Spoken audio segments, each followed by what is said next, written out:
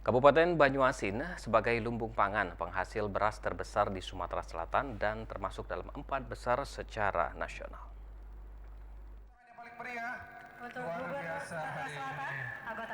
Gubernur Sumatera Selatan Haji Herman Deru bersama Bupati Banyuasin Haji Asqalani Jasi melaksanakan panen raya IP 200 bersama kelompok tani Sri Rezeki di Desa Telak Jaya, Muara Telang, Banyuasin menggunakan benih lokal di lahan seluas 20 hektar di Desa Telang Jaya. Hal ini membuktikan keberhasilan Kabupaten Banyuasin meningkatkan produksi di bidang pertanian. Gubernur Sumsel Haji Herman Deru bangga dengan para penangkar lokal yang bisa menghasilkan produksi beras secara maksimal. Diharapkan akan banyak penangkar lokal berinovasi sehingga bisa meningkatkan produksi di Sumatera Selatan.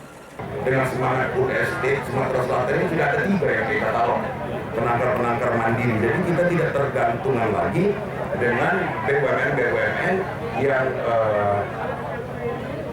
hanya bisa kita ambil dengan menunggu antrian yang panjang karena banyak peminatnya. Jadi ini betul-betul yang datang dari bawah dibina oleh Dinas Pertanian Kabupaten Banyuasin, dibina oleh Dinas Pertanian Provinsi Sumatera Selatan. Bupati Banyuasin Haji Asqalani Jasi bangga dengan adanya peningkatan hasil panen menjadi 4,3 ton per hektarnya dari tahun sebelumnya yang hanya 4 ton per hektar. Sehingga pertanian di Kabupaten Banyuasin semakin menggeliat lah, semakin meningkat. Insya Allah mudah-mudahan Kabupaten Banyuasin akan naik peringkat. Insya Allah mudah-mudahan mohon doa dari peringkat 4, mudah-mudahan naik peringkat 3 atau peringkat 2.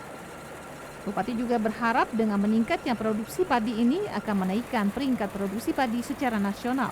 Dari Banyuasin, Indra Utama, TVRI Sumatera Selatan melaporkan.